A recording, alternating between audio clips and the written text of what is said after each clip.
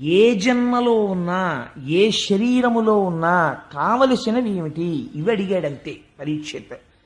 హరి చింతారతయున్, హరి ప్రణుతి భాషాకర్ణనాసక్తియున్, హరి పాదాంబుజ సేవయున్, ఈ నాలుగు నాకు కావాలి.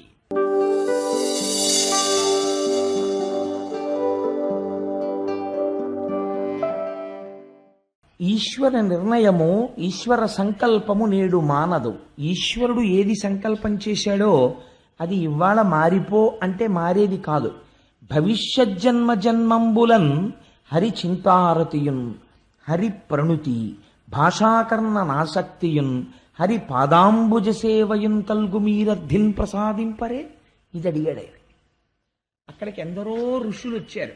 వాళ్ళని ఆయన అడిగిన విషయం ఏమడిగాడంటే, నేను వృగాధీశ విషానలంబునకు మేనొప్పింతు శంకింప ఈశ్వర సంకల్పము నేడు మానదు. ఈశ్వరుడు ఏమి సంకల్పం చేశాడో ఆ సంకల్పం జరుగుతుంది. ఈ మాట చెప్పడానికంటే ఇలా పద్యం రాయాలన్నా, వ్యాసుడి హృదయాన్ని అర్థం చేసుకుని యథాతథంగా తెలుగులో ఇలాంటి మాటలు పడాలన్నా రామచంద్రమూర్తి అనుగ్రహం ఉంది కాబట్టి పడ్డాయి. సాధారణంగా మృత్యు వచ్చేస్తోంది అంటే ఒక రోగం కారణం చెప్తాం. ఆ రోగానికి కారణం ఏం చెప్తాం అంటే, మీరు అలా ఉండకుండా ఉండాల్సిందండి, మీరు అలా చేయకుండా ఉండాల్సింది, మీరు అశ్రద్ధ చేసేశారు, మీరు అక్కడికి వెడితే బాగుండేది, మీరు ఇక్కడికి వెడితే బాగుండేది అంటాడు తప్పించి, మరణము ఆసన్నం అయిపోతోంది, దానికి ఒక కారణము చూపించాలి కాబట్టి ఒక వ్యాధి కనపడుతోంది కాబట్టి 1,000,000 మంది వైద్యులు కూడి వచ్చిన కాని మరణమయ్యడి వ్యాధి మాన్పలేరు. ఈ శరీరం వెళ్ళిపోవడానికి మూట సర్దేసుకుంటోంది కాబట్టి ఇది ఈశ్వర సంకల్పము. కాబట్టి శరీరమును డొల్ల చెయ్యడానికి ఈశ్వరుడు రోగమును పంపించాడు. కాబట్టి ఇది వెళ్ళిపోవడానికి సిద్ధపడిపోతోంది.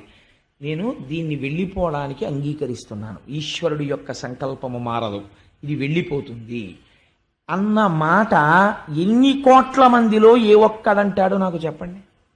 పరీక్షిత్ అంటున్నాడు ఇవాళ, వృగాధీశ విషానలంబునకు మేనొప్పింతు శంకింప ఈశ్వర సంకల్పము నేడు మానదు. కానీ ఆయన అడుగుతున్నది ఏమిటంటే, నేను చచ్చిపోకుండా చూడండి అని నేను ఎవరిని అడగను, నన్ను రక్షించమని నేను అడగను.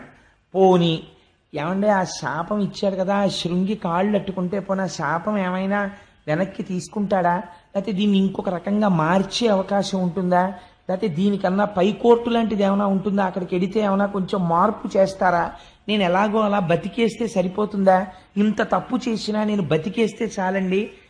ఈ చౌకబారు మాటలు పరీక్షిత్ మాట్లాడటం లేదు. ఆయన మాటల్లో ఎంత ధృతి ఉందో మీరు చూడండి. ఆ ఒక్క పద్యం పరీక్షిత్ యొక్క హృదయమును, పరీక్షిత్ యొక్క సంస్కారాన్ని ఆవిష్కరిస్తుంది. ఆయన అడుగుతున్నది ఏమిటి అంటే, భవిష్యజ్జన్మ జన్మంబులన్, నాకు భవిష్యత్తులో, భవిష్యత్ అంటే ఏంటి, ఇప్పుడు ప్రస్తుతం ఉన్నది కలియుగమే కదా, మళ్ళీ ఉత్తర జన్మ తీసుకున్నప్పుడు నాకు జన్మము వచ్చినప్పుడు నాకేం కావాలి, హరి చింతారతియున్, నా మనస్సు ఎప్పుడూ శ్రీ మహావిష్ణువునే స్మరిస్తూ ఉండాలి. హరి ప్రణుతి, స్మరించడం కాదు, ఎక్కడైనా స్వామివారి ఉత్సవమూర్తి కనపడ్డా, దేవాలయం కనపడ్డా, స్వామి దేవాలయం కనపడ్డా గభాల శిరస్సు ఉంచి ఇలా నమస్కరించగలిగినటువంటి సంస్కార బలం నాకు కావాలి. అందుకని హరి చింతారతియున్, హరి ప్రణుతి భాషాకర్ణనాసక్తియున్, ఎంత గొప్ప మాట చూడండి. అది బాగా చెప్పేవాడు దొరకాలని ఆయన అనలేదు. ఆయన ఏమన్నాడంటే భాషాకర్ణనాసక్తియున్, ఆ స్వామి గురించి 4 మాటలు చెప్పేవాడు దొరికితే చాలు పరిగెత్తుకుంటూ వెళ్ళి వినేటటువంటి జిజ్ఞాస నాకు కలుగుగాక. అందుచేత భాషాకర్ణనాసక్తియున్, హరి పాదాంబుజ సేవయున్, నిరంతరము ఈశ్వరుడు యొక్క పాద సేవనము చేయగలిగినటువంటి కర్మేంద్రియములు కావాలి.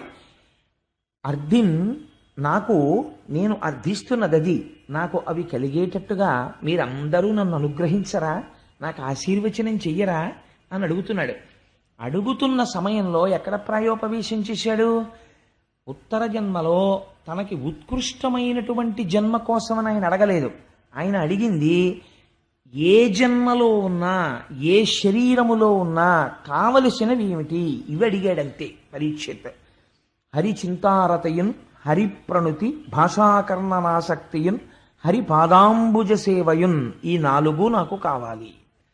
అని అడిగితే శుకబ్రహ్మ వచ్చి కూర్చుని ఉంటే శుకబ్రహ్మకి పాద ప్రక్షాళనం చేయించాడు, ఆచమనీయం ఇచ్చాడు, కూర్చోపెట్టి నమస్కరించి ఒక మాట చెప్పాడు. ఆయనకి సాష్టాంగం చేసి, అయ్యా నాకొక్క కోరిక ఉంది, నేను మళ్ళీ పుట్టవలసిన అవసరం లేనటువంటి మోక్షాన్ని పొందడానికి నాకు కల్పవృక్షంలా మీరు వచ్చారు.